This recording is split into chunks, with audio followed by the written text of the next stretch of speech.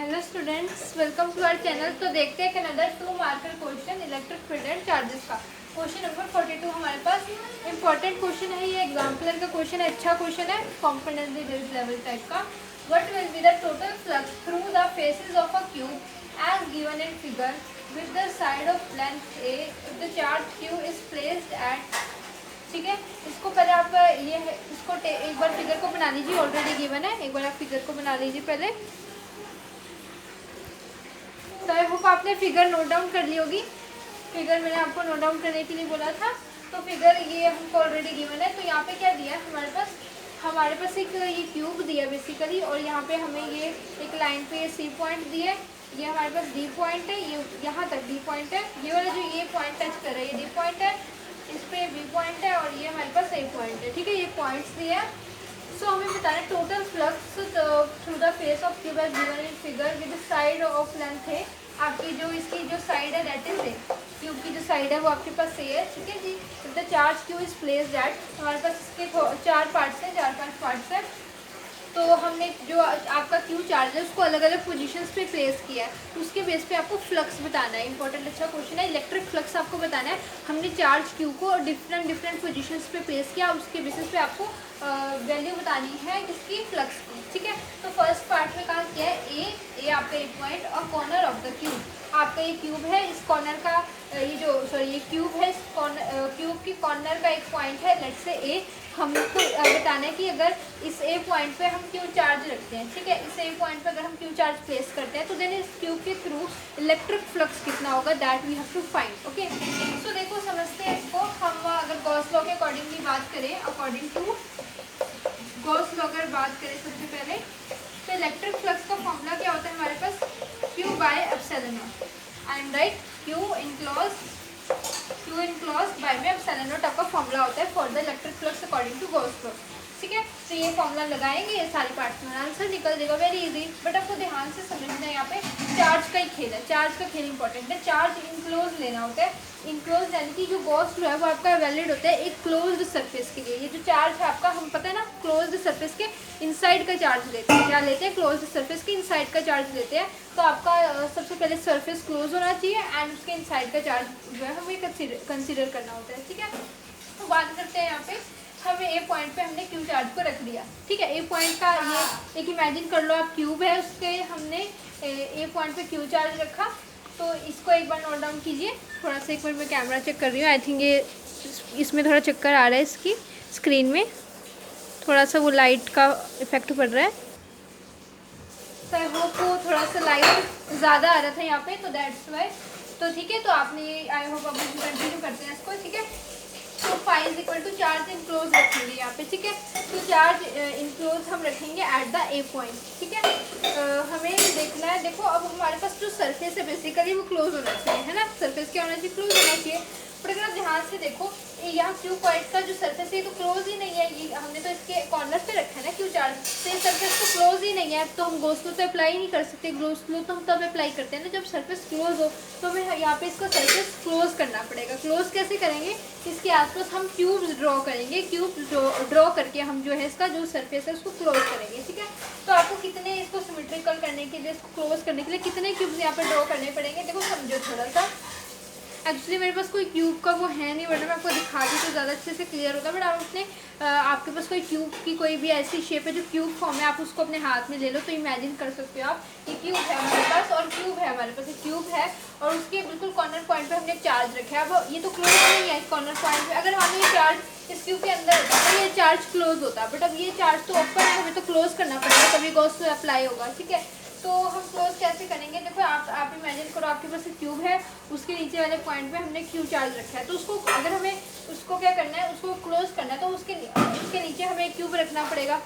नीचे तो रखेंगे ना, क्योंकि आपको इसको क्लोज करना है, तो नीचे क्यूब रखना पड़ेगा। ठीक है, नीचे रखोगे, इधर भी रखना पड़ेगा, इस साइड से भी रखना पड़ेगा, इस साइड से भी रखना पड़ेगा।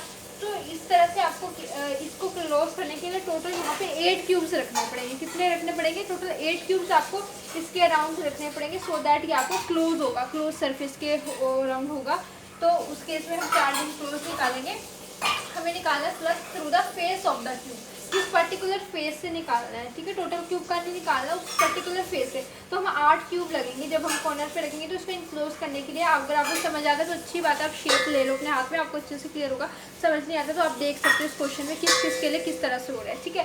तो अगर हम कॉर्नर पे रखते हैं तो आपको 8 क्यूब चाहिए होते हैं इसको क्लोज करने के लिए, ठीक है। तो आपको इस पर्टिकुलर फेस के थ्रू निकालना है कितना फ्लक्स है। तो 8 क्यूब आपने रख दिए, तो आपका चार्ज कितना हो जाएगा, चार्ज आपका कितना हो जाएगा, इनक्लोज चार्ज की बात करें, इनक्लोज चार्ज हो जाएगा आपका Q/8, कितना हो जाएगा, Q/8 हो जाएगा आपका। क्यों, क्योंकि टोटल के लिए देखो Q होता है, टोटल के लिए तो Q होता है। अब हमने 8 सरफेस से इसको क्लोज किया, क्लोज कितने सरफेस से किया, 8 सरफेस से। तो 8 सरफेस से क्लोज करेंगे तो इसके लिए जैसे हम करते थे ना, हमने एक क्वेश्चन किया था, आपको पता होगा NCERT में क्वेश्चन है जिसमें हम एक फेस के थ्रू निकालते हैं तो उसका चार्ज Q/6 हो जाता है। एक क्योंकि क्यूब के 6 सरफेसेस होते हैं तो एक सरफेस का Q/6 हो जाता है। अब यहाँ पे हमने इसको 8 सरफेसेस से क्लोज किया तो Q/8 हो गया इसका, ठीक है। तो यहाँ पे Q/8 एप्सिलॉन, ये हमारे पास आंसर हो गया, ठीक है। तो मैं जितने भी अपने एफर्ट्स लगा सकती थी आपको अंडरस्टैंड करवा सकती थी, मैंने कोशिश किया। पर अगर आपको याद नहीं रहता फिर भी तो आप देख लो किस किस के लिए कितने सरफेसेस लग रहे हैं क्लोज करने के लिए। कॉर्नर के लिए 8 लगते हैं तो Q/8 चार्ज हो जाएगा, तो Q/8 एप्सिलॉन, ठीक है। तो ये हमारे पास फर्स्ट पार्ट है, आपका आई होप ये क्लियर है। अब हम करेंगे इसके बाद सेकेंड पार्ट, इतनी देर आप इसको नोट डाउन कीजिए। तो करते हैं नेक्स्ट पार्ट स्टूडेंट्स। नेक्स्ट हमारे पास है B mid point of an edge of cube. आपका जो बेसिकली ये क्यूब है, इस क्यूब का एज है, इसके बिल्कुल मिड पॉइंट पे एक बी पॉइंट है, ठीक है। ये जो आपकी एज है दिख रही है ना, एज इसके मिड पॉइंट पे आपका इसमें दिख रहा हो, इसलिए इस तरह से बनाया है। तो ये जो लाइन है इसके बिल्कुल बीच में मिड पॉइंट पे बी है, वहाँ पे अगर हम इसके चार्ज को इस बार हम यहाँ पे रखते हैं बी पॉइंट पे, तो कितना फ्लक्स होगा वो हमें बताना है, ठीक है। तो इसको ध्यान से समझो। देखो सबसे पहले हम चार्ज इनक्लोज निकालते हैं। चार्ज इनक्लोज कितना होगा आपका, तो उसमें जैसे Q/8 था, तो देखो अब इसमें सरफेस इसमें भी हमारे पास 8 ही लगेंगे, क्योंकि ये जैसे कॉर्नर पे था ये भी यहाँ पे है, तो इसके लिए भी 8 ही लगेंगे, ठीक है। Q/8 ही होगा, ठीक है, 8 ही हमारे पास सरफेसेस लगेंगे। बट यहाँ पे डिफरेंस है क्या कि जो आपका जो चार्ज होगा ना यहाँ पे वो Q/2 होगा, Q/2 होगा। जो चार्ज हम मतलब क्लोज करेंगे जब इसको, तो सिमेट्रिकल क्यूब्स के लिए, आइडेंटिकल क्यूब्स के लिए हम ये चार्ज Q/2 लगेंगे। क्योंकि जो एक पॉइंट था, देखो एक पॉइंट भी आपका यहाँ पे था तो हमने 8 सर्कल लिए, कि Q पॉइंट इसके लिए भी 8 लगेंगे। बट जो एक हमारे पास एक पॉइंट था वो यहाँ कॉर्नर पे था, लेकिन जो B पॉइंट है वो मिड में है, तो दैट वाइज इसको जब हम क्लोज करेंगे तो हम Q/2 हर एक जो क्यूब है उसका चार्ज Q/2 ले लेंगे सिमेट्रिक क्यूब करने के लिए, ठीक है। तो कैसे कह रही हूँ मैं, Q/2 देखो आपका Q/8 था ना, उसमें इनक्लोज चार्ज Q/8 था, तो यहाँ पे चार्ज हमारा Q/2 हो गया। हर एक क्यूब का चार्ज हमने Q/2 ले लिया, और हमारे पास एक मिनट Q/1/2 अलग से हो गया ना, आधा करा है क्यूब का चार्ज आधा करा, तो 1/2 y में 1/2 आएगा, इंटू में हमारे पास 8 होएगा, तो ये कैंसिल हो जाएगा, तो Q/4, ठीक है। इस केस में Q/4 चार्ज होएगा। फ्लक्स की अगर हम बात करते हैं तो Q/4 एप्सिलॉन, ठीक है। तो हमारे पास यहाँ पे आधा लिया हमने, 8 था, 1/2 का आया, तो Q/4 चार्ज आया, और ये हमारे पास फ्लक्स आ गया, ठीक है। आई होप ये भी आपको क्लियर है।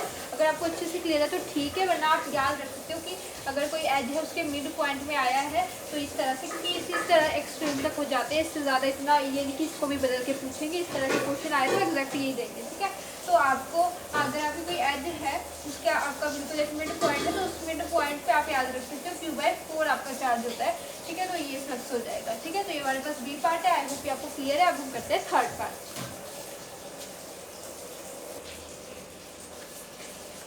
तो आई होप स्टूडेंट वो पार्ट आपको क्लियर है। अब देखते हैं इसी का सी पार्ट। हमारे पास C centre of face of cube, हमारे पास सब सी पॉइंट है। ये हमारा जो एक फेस है क्यूब का, इसका हमारे पास ये सेंटर पॉइंट है। तो इस सेंटर पॉइंट पे ये जो आपका फेस है ना, ये वाला फेस है क्यूब का, इसके सेंटर पॉइंट है सी। इस पर अगर हम रखते हैं क्यू चार्ज को, अगर हम यहाँ रखते हैं तो कितना फ्लक्स होगा टोटल, वो निकालना है। तो सबसे पहले अगेन सेम इसमें भी हम चार्ज इनक्लोज निकालेंगे, ठीक है। देखो यहाँ पे हम रखेंगे तो इसके लिए भी Q/8 होगा। बट यहाँ पे आपको ध्यान रखने वाली क्या बात है कि देखो ये जो चार्ज है ये दो सरफेस शेयर कर रहे हैं एक दूसरे के साथ।